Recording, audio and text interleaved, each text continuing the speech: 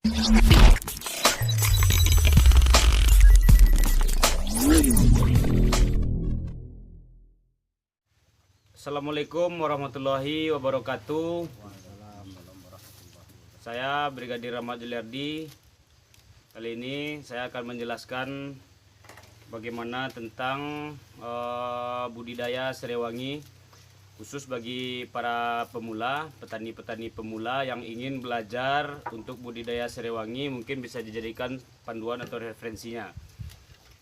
Baiklah, sekarang kita untuk pengenalan bibit. Bibit serai wangi itu diambil dari bibit yang sudah tua atau sebaiknya umurnya lebih dari 1 tahun. Karena kalau digunakan bibit yang kurang dari 1 tahun, kemungkinan bibit itu mati pada saat penanaman sangat tinggi. Tapi jika bibit berumur sudah lebih dari 1 tahun dan semakin tua semakin baik, itu kemungkinan untuk tumbuhnya lebih besar dan bibitnya juga lebih kokoh pada saat penanaman.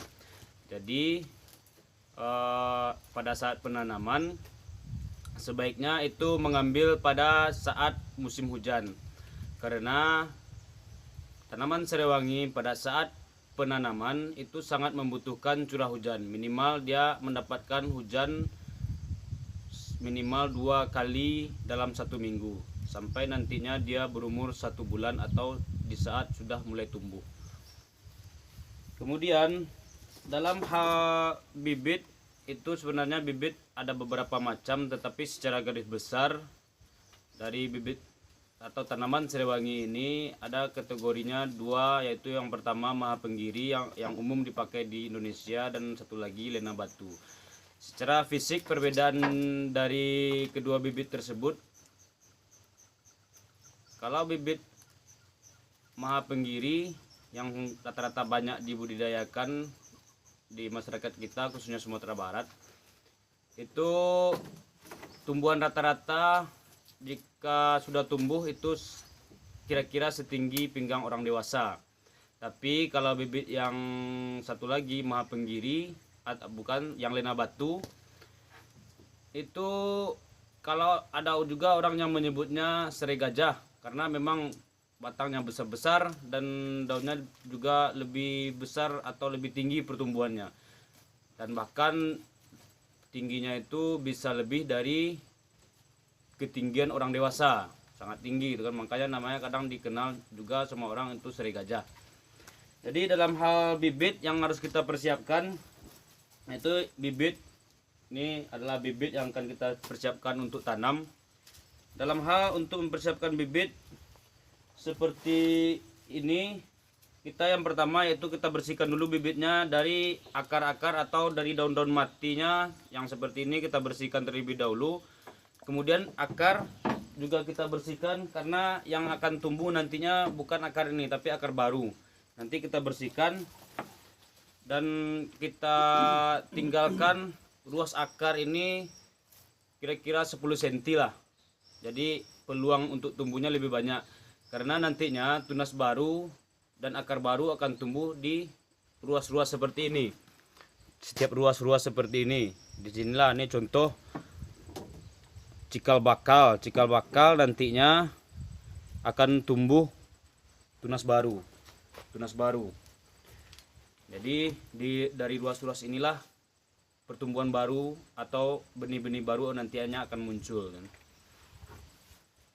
Jadi nanti sebelum kita tanam bibit, kita persiapkan dulu, kita bersihkan, baru nanti kita tinggal melakukan penanaman saja. Kemudian dalam hal budidaya serai wangi, yang harus pertama kita ketahui yaitu yang pertama, kita jangan asal ikut-ikutan budidaya serai wangi. Sekarang lagi booming serai wangi, kita ikut budidaya serai wangi. Yang harus pertama kita ketahui dulu bagaimana prospeknya, bagaimana nanti hasilnya, kan, bagaimana pengolahannya, bagaimana tentang resikonya, kan. Kalau kita sudah paham tentang semua itu dan kita sudah mengerti dan kita berani atau kita sanggup, nanti kalau seandainya risikonya begini-begini kita sanggup gitu kan, ya berarti kita sudah menerima konsekuensinya. Jangan yang pertama itu kita lihat dulu keuntungannya yang melimpah, keuntungannya yang besar tuh.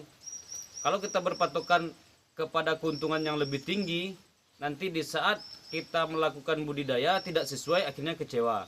Lebih baik kita ambil patokannya yang terendah mana, dalam kalkulasinya atau dalam secara teorinya. Contohnya kan, di manalah yang hasil yang paling terendah.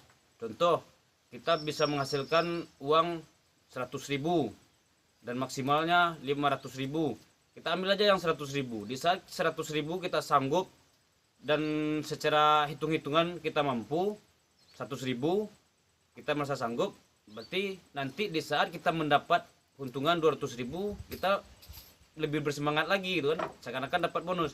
Tapi kalau kita patokannya yang pertama lebih tinggi, 500.000 kita patokan, di saat kita mendapat keuntungannya 300.000, itu akan melemahkan semangat, berarti kita menganggap tidak sesuai kan. Jadi itu yang harus dipahami dulu, bagaimana teori-teorinya atau bagaimana cara-caranya. Kita harus paham dulu, paham betul kan. Jangan nanti kesannya orang semua lagi booming budidaya serewangi kita ikut gitu kan. Nanti tapi kita tidak tahu bagaimananya, kita tidak mengerti. Kita cuman dapat iming-iming atau dapat secara teori bagus-bagusnya saja atau kemungkinan yang baik saja kan.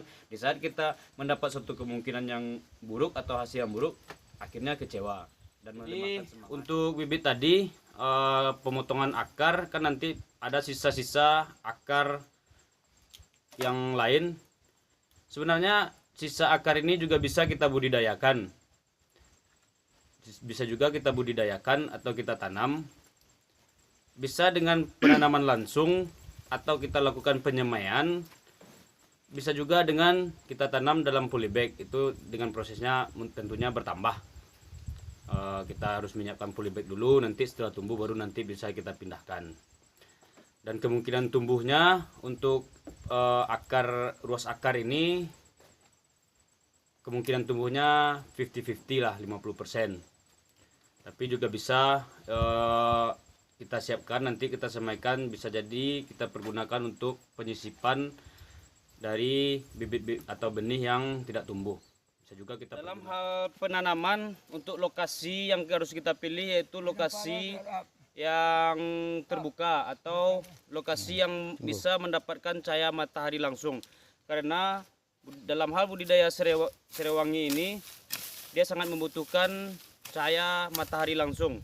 Minimal satu hari itu dapat 8 jam.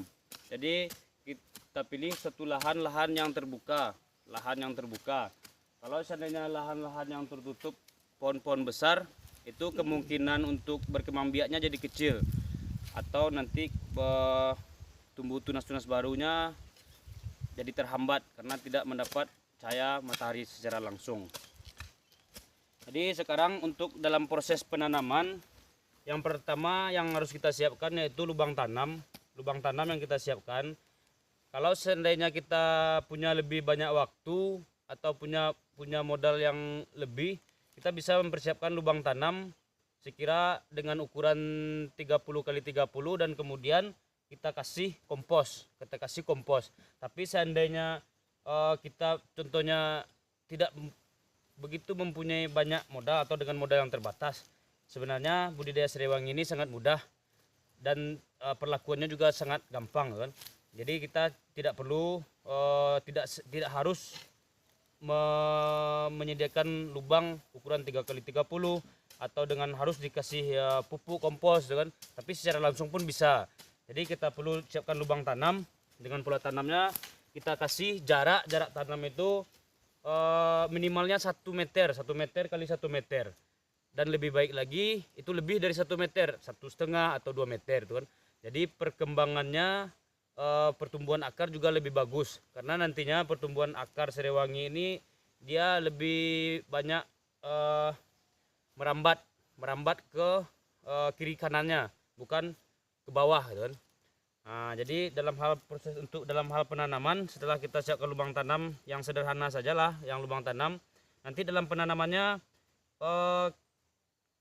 untuk akar nih kita tutup, kita masukkan dan ditanam agak sedikit miring. agak sedikit miring, bukan berdiri. Kalau bisa agak sedikit miring, tujuannya supaya nanti pada saat tunas-tunas baru tumbuh, yang tunas baru akan tumbuh, dia tumbuh di ruas-ruas ini, dia bisa langsung untuk tumbuh ke atas kan. Ini contohnya dalam hal penanaman.